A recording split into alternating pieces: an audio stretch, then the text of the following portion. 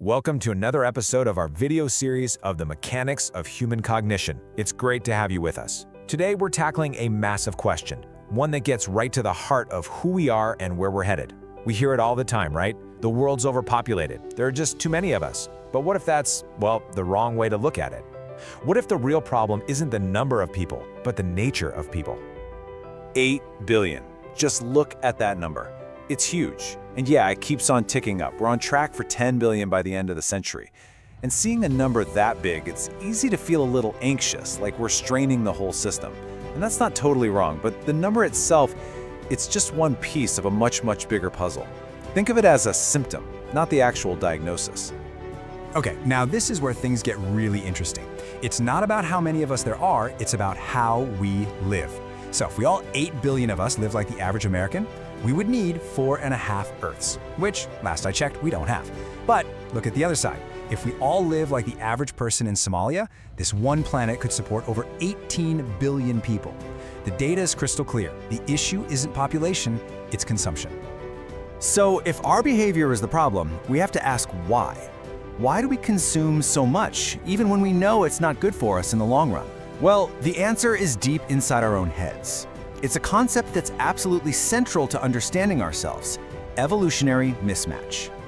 Think of our brains like they came with factory settings, pre-installed software. And that software was perfected over hundreds of thousands of years for a world of scarcity, of constant danger, a world where the next meal was never a guarantee. Our hardware is built for a hunter-gatherer life. But the world we live in now, it's a world of unbelievable abundance and safety. And that creates this huge conflict between our ancient instincts and our modern reality. You see this mismatch playing out all the time. Our brains are hardwired to grab resources whenever we see them.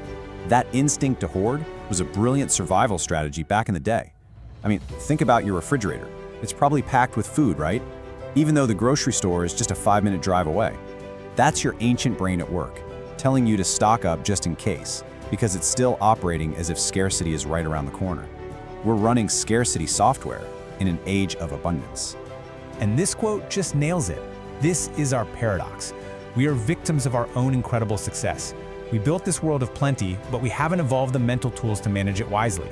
Our old instincts are just out of sync with our new environment, and that's what's pushing us into some really tricky territory. Now, when you understand this mismatch, you can see why the simple top-down cures we hear about, like global population control, are pretty much guaranteed to fail. They sound good on paper, maybe, but they completely ignore the most important factor: human nature itself. It's a funny thing about us humans, isn't it? Tell us we can't do something, and suddenly it's the only thing we want to do. It's called psychological reactance. You try to force a rule on people, and their instinct is to push back, to reassert their freedom. We've seen it over and over again with big, centrally planned population policies. They just don't work because they run headfirst into our deep-seated drive for autonomy. And honestly, the idea of a single global population policy is just kind of nuts when you look at the reality on the ground. The world isn't one place. It's incredibly diverse. You've got Europe, which is dealing with an aging, shrinking population. They actually need more young people. Then you have parts of Asia facing resource strain from rapid growth, and parts of Africa with a huge youth population that needs infrastructure. A one-size-fits-all solution isn't just ineffective, it's completely illogical. You know, when you see how often our big plans and grand solutions fall apart, it should really give us a sense of humility.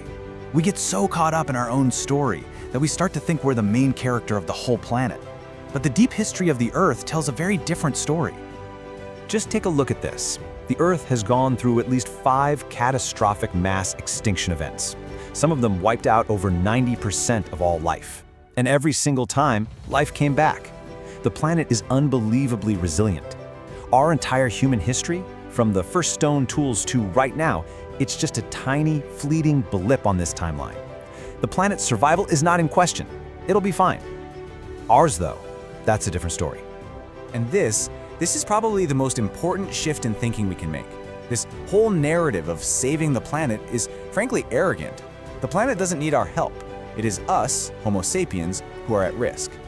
Our focus has to shift from protecting the Earth from us to protecting ourselves from ourselves, from our own instincts. At its core, the entire conservation movement is really a movement for human survival.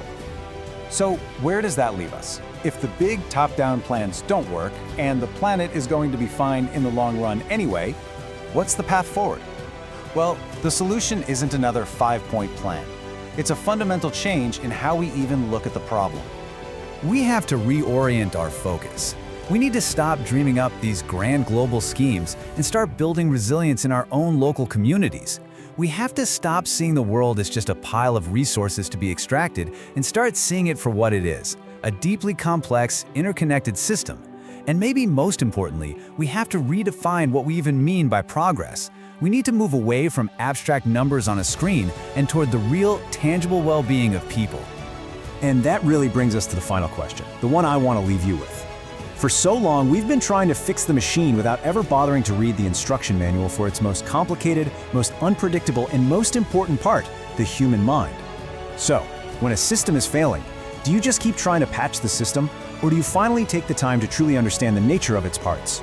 Maybe the biggest step forward we can take is to stop trying to fix the world and start, at long last, by understanding ourselves.